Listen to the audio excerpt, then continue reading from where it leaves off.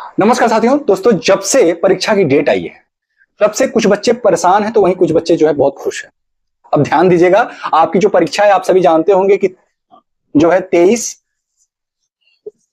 24, 25, 30 और 31, इन 5 डेट में आपका जो है परीक्षा होना है। तो आपको बता दूं कि ये जो 25 तक के बच्चे हैं ना, ये बहुत परेशान हैं और ये 30, 31 वाले जो है बहुत खुश हैं। क्यों परेशान है भैया? इनको ऐसा लग रहा है कि मुझे समय कम मिला। इनको जिन बच्चों का पेपर 23, 24, 25 को है, उनको लग रहा है कि मुझे समय कम मिला और इनको लग रहा है कि मुझे समय मतलब और मिल गया। अभी तो 6 महीने मिले थे और मिल गया। तो सबसे पहले तो मैं ये बता दूं आपको कि भाई 6 महीने आपको ऑलरेडी मिल चुके हैं, तो ये तो आपकी क्वेरीज नहीं होनी चाहिए कि आपको समय कम मिला। किसी बच्चे का ये प्रश्न नहीं होना चाहिए, कोई बच्चा ये नहीं कहता मिलना चाहिए कि जिसको समय जो है कम मिला है। ठीक है, क्योंकि मैं बार बार चिल्लाता था, मैं पिछले 2-3 महीने से चिल्ला रहा हूं, देखो भैया पढ़ो पढ़ो पढ़ो। क्योंकि एक बार अगर डेट आ जाता है ना भाई, समय कब बीतता है पता नहीं चलता। आप खुद इस चीज को एक्सपीरियंस करो ना, आपको खुद ये चीज लग रहा होगा कि डेट आने के बाद समय कितना जल्दी जल्दी बीता।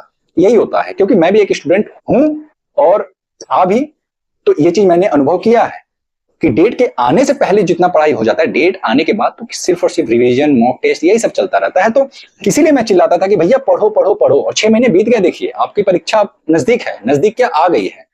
23 को पेपर है लेकिन लोग 22 को निकल जाएंगे। दूर दूर सेंटर है तो एक दिन पहले जाके आराम तो करेंगे कहीं ना कहीं, या फिर डायरेक्ट मान लीजिए 23 को जिन बच्चों का पेपर सुबह में है तो सुबह में निकलेंगे तो कहां पहुंच पाएंगे, नहीं पहुंच सकते। तो ध्यान दीजिएगा, 23, 24, 25 वालों को बिल्कुल परेशान होने की आवश्यकता नहीं है। आप जो पहला क्वेश्चन देख रहे हैं कि किस डेट का पेपर आएगा आसान, तो भैया 23, 24, 25 वालों का जो पेपर है वो अपेक्षाकृत 30, 31 के आसान आएगा। अब ये बात कैसे मैं कह दे रहा हूं, बहुत सारे बच्चे कहेंगे भैया ये तो बहुत बड़े ज्ञानी हो गए, बहुत बड़े ज्ञाता बन रहे हैं अपने आप को जो है। तो देखिए, पिछला आप जितने भी पेपर हुए हैं, आप खुद इस चीज को देखिए, प्रीवियस ईयर उठाइए, देखिए, चाहे वो यूपीएसआई हो गया, चाहे वो आरपीएफएसआई हो गया, चाहे वो एसएससी जीडी को हो गया, जितना आपका पेपर पहले पड़ता है, आपकी जो परीक्षा सॉरी आपका जो पेपर होता है वो अपेक्षाकृत बाद वालों की थोड़ा सा आसान होता है। ठीक है, तो 23, 24, 25 का जो पेपर है, ये मैं ये नहीं कह रहा हूं कि मतलब ये पेपर इतना आसान होगा कि बिल्कुल हलवा जैसा होगा, नहीं। लेकिन 30, 31 वालों की अपेक्षा जो है इनका पेपर आसान होगा। 30, 31 वाले भैया जो खुश हो रहे हैं ना, ये जो समय मिला है थोड़ा सा मेहनत करो, क्योंकि क्वेश्चन का जो टाइप है वही रहेगा, जो पैटर्न होगा पेपर का वही रहेगा।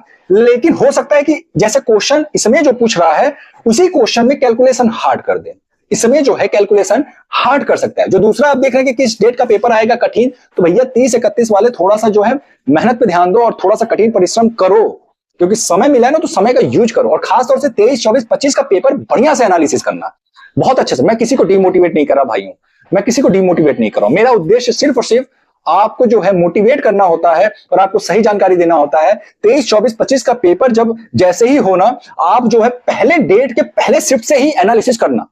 आपको मॉक टेस्ट लगाना, ये 30, 31 वालों को भी मॉक टेस्ट लगाना बंद कर देना है 23 से। आपको क्या करना है कि ये जो 23, 24, 25 का पेपर है ना, हर डेट का पेपर आपको एनालिसिस करना है। हर डेट का पेपर एनालिसिस करिए, और एनालिसिस करेंगे तो आपको पता चलेगा आपको क्या क्या पढ़ना है, और बस आपको वो टॉपिक पढ़ने हैं। समझ में आ रही मेरी बात?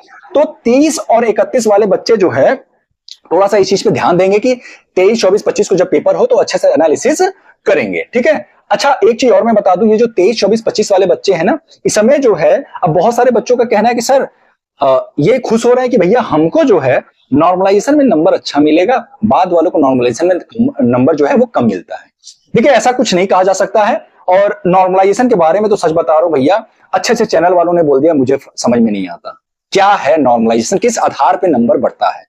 मैं उन चैनल का नाम नहीं लूंगा, लेकिन उनके मतलब आप समझ सकते हो कि जो बड़े बड़े चैनल हैं, बड़े बड़े चैनल आप समझ गए होंगे, उन सभी जो चैनल्स हैं उनके फाउंडर ने इस बात को कहा है कि भैया नॉर्मलाइजेशन मुझे नहीं समझ में आता, और मुझे भी नहीं समझ में आता। फार्मूला इन लोगों ने दिया, लेकिन फार्मूला पे ये कहां जो है कि नॉर्मलाइजेशन फिट बैठता है, किसका जो है कि 20-20 नंबर बढ़ जाता है, किसका 15-15 नंबर घट जाता है, किस आधार पे।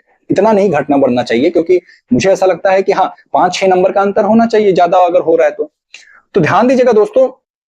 30, 31 वाले जो बच्चे हैं ना, 30, 31 वाले बच्चे जो है, आपको कुछ नहीं करना है, केवल इनका एनालिसिस करना है, और जो टॉपिक आपसे रह जाए उनका जो है अच्छे से आपको कवर करना है अपनी तैयारी से। ठीक है, और एक चीज मैं अहम जानकारी देना चाहता हूं, जो भी बच्चा यूपी पुलिस कांस्टेबल की तैयारी कर रहा है, ठीक है, तो इस चीज का खास तौर पे ध्यान रखिएगा कि जब आप एग्जाम सेंटर पे पहुंचे, ठीक है, तो वहां पे आपको पढ़ाई से थोड़ा सा दूरी बना करके रखना है, माइंड को थोड़ा सा रिलैक्स करना है, हो सके तो पसंदीदा गाने को सुनिए, आप ऐसा करिए, आपको बहुत फायदा मिलेगा। जितना फ्रेश माइंड से आप एग्जामिनेशन हॉल में जाओगे उतना आपको जो है मदद मिलेगा। तो मस्त रहिए जब भी एग्जामिनेशन मतलब जहां पे एग्जाम सेंटर है उसके बाहर बहुत लोग देखता हूं पढ़ते रहते हैं, लेकिन मानिए ऐसा मत करिएगा।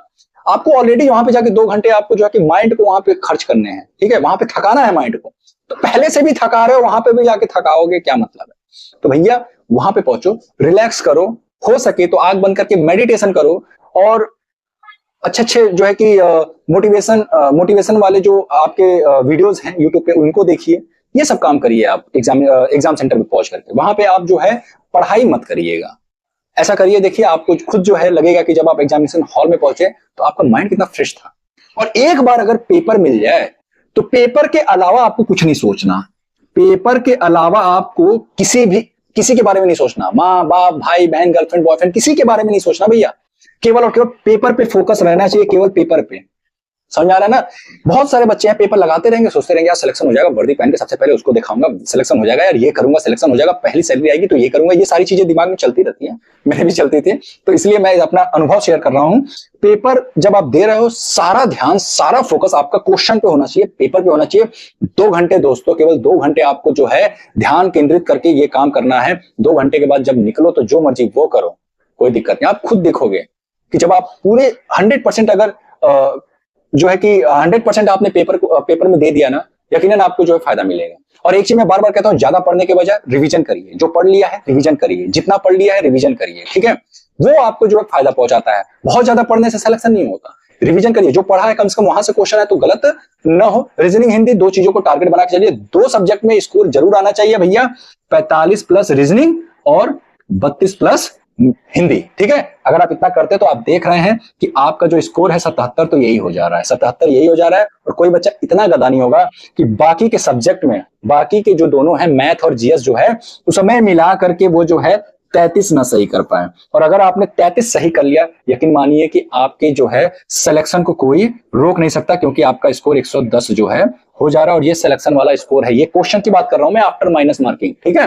चलिए दोस्तों, उम्मीद करता हूं कि इस वीडियो के माध्यम से आप मोटिवेट हुए होंगे, और साथ ही साथ देखिए मैंने किसी को डीमोटिवेट नहीं किया है, ना मेरा ये प्रयास रहा है। ये 30-31 वाले बच्चे मुझे गाली नहीं देंगे, मैं आपको ये कह रहा हूं कि भैया थोड़ा सा और मेहनत करना है, आपको समय मिल गया उसका मिसयूज मत करिए, ठीक है, घूमने फिरने में बर्बाद मत करिए, पढ़ाई में ध्यान दीजिए। और आपके लिए एक बेनिफिट भी है कि भैया 23, 24, 25 का पेपर है, आपको एनालिसिस करना है, आपको पता चल जाएगा कि जो एग्जाम का पैटर्न है, जो पेपर का लेवल है वो क्या है और कहां कहां से क्वेश्चन पूछ रहा है, इस चीज पे आपको ध्यान देना है, ठीक है दोस्तों। उम्मीद करता हूं इस वीडियो के माध्यम से आप जो है मोटिवेट हुए होंगे, साथ ही साथ जो है अपनी तैयारी भी और दम लगा के करेंगे। दोस्तों फिर मिलते हैं किसी अन्य वीडियो के साथ, तब तक के लिए जय हिंद जय भारत।